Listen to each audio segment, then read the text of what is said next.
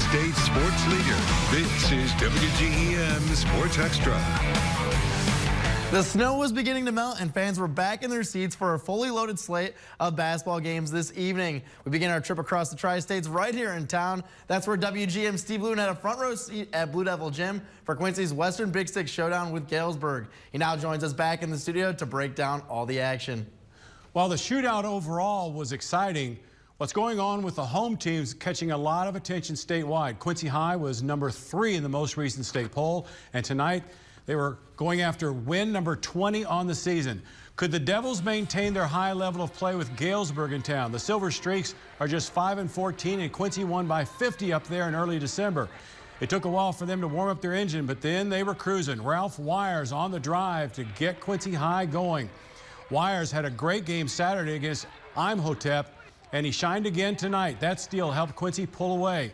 Watch this play here. Keyshawn Thomas getting the ball ahead to Camden Brown in that one. And then this play right here, Keyshawn diving for the loose ball. He gets it ahead to Bradley Longcore. He scored 14 points tonight for Quincy High. Later in the quarter, Ralph Wires forces another turnover.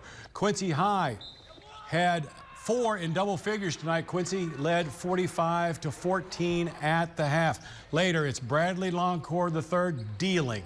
Sometimes he makes it look easy. Quincy was able to nail down their 20th victory of the season. The final score, Quincy High 77, Galesburg 35. Quincy is still unbeaten in Western Big Six play.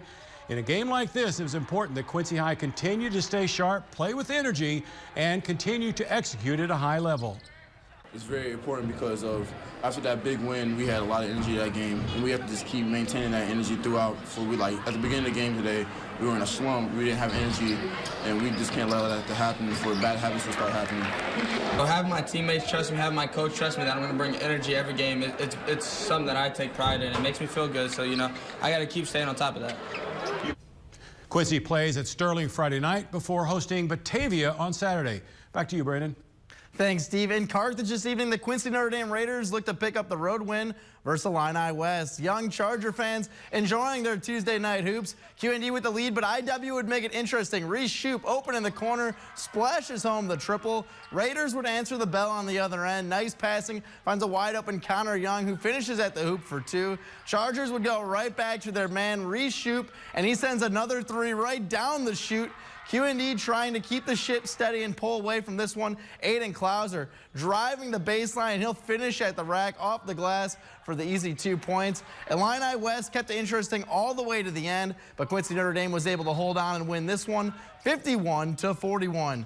Up in Bushnell, the Spartans were looking to cool off the red-hot Bombers. They had their work cut out for them tonight, though. Macomb would let it rip from deep early on. This one's no good from the wing, but Connor Bishop is there to get the bucket plus the foul. More from Macomb. Nice ball movement around the arc. Finds Ian Case. He pumps the brakes and takes it to the hole for 2.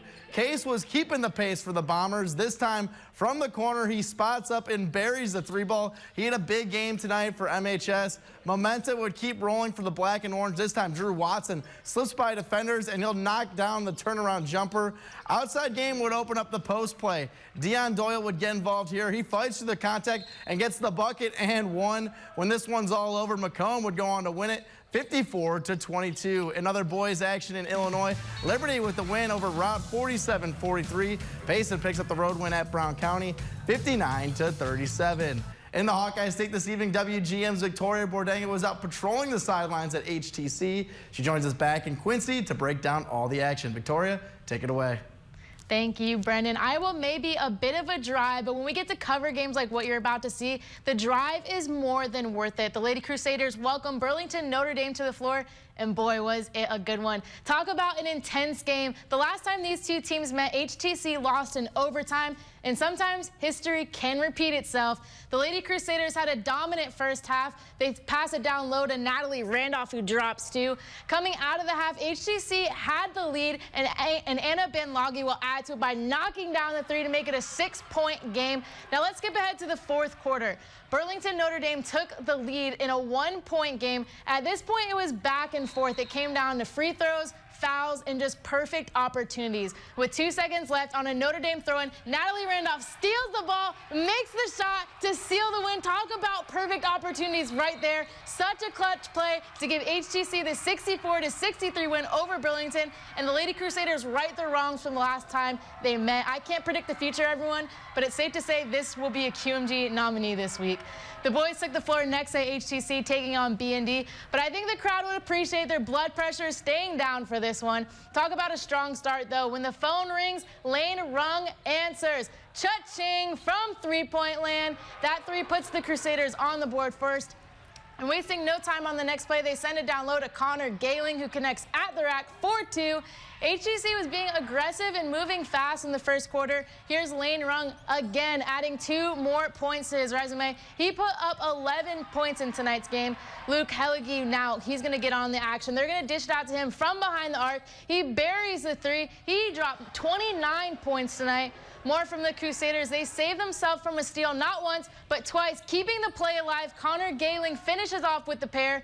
When it's all said and done, HTC will get the 63-55 win over Burlington Notre Dame and will improve to 10-4 on the season. More scores from Iowa. The Central League girls took down West Burlington 62-48. It was a close one for the boys essentially, but they fell to West Burlington 57-60. We couldn't have asked for a better night from the Hawkeye State. We have some fun teams that we get to cover, but for now, Brennan, I'll send it back to you. Seemed like a lot of fun up in Iowa. Thanks, Victoria. In Missouri, the Highland Cougars made the trip to take on the Panthers of Monroe City. Let's start off with the boys' game first. Black and gold looking to defend their home court in this one. Monroe City's Marty Smizer gets things started. He did this a lot in football season as he picks up the pass and find Quincy Mayfield, who does the rest.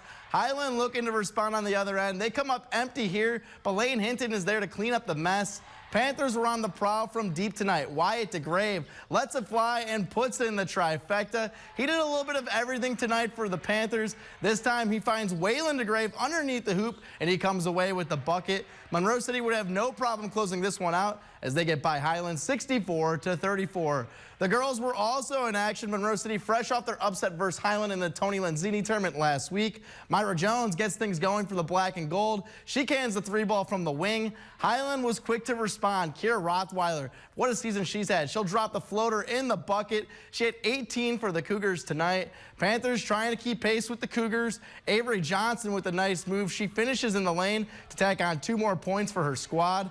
Monroe City would continue to attack the basket. This time, Kaylin Chapman with a nice move down low, knocks in the hook shot off the glass. Panthers had a good showing tonight, but it wouldn't be enough. They would fall at home to Highland 38-31. And other girls scores from Missouri. Palmyra picks up the win over Brookfield 53-36. South Shelby takes down Macon 60-37. And Missouri boys action, Palmyra defeats Brookfield 75-40, and South Shelby defeats Macon 60-46. Tomorrow night, the John Wood Blazers are getting ready to bounce back after a close overtime loss to Parkland College on Saturday. Tomorrow, John Wood will take on Lincoln Land Community College, who are 4-0 in the league. As the season is progressing, the Blazers are slowly starting to find their identity. Tomorrow night, they'll look towards Joshua Tullen and Chicago Quintero to put up high numbers. Head coach Brad Hoyt says the name of the game right now is to get better each and every day, so they'll be ready to go come March. We've identified some stuff on film of things that we have to get better at. I told our guys today, if that can be our starting point and we can find a way to get better from here to the beginning of March, then we'll have a chance to sort of end the year on the right note. So we're so focused on the end of the year. We're so focused on our tournament and trying to find a way to get better. Tomorrow's game against Lincoln Land is at John Wood. Tip-off is set for 7:30. We'll see if the Blazers can get back on track on their home floor. Sticking on the college hardwood, the Western Illinois men's basketball team have turned some heads this season. They currently sit tied in the top spot in conference play with Morehead State.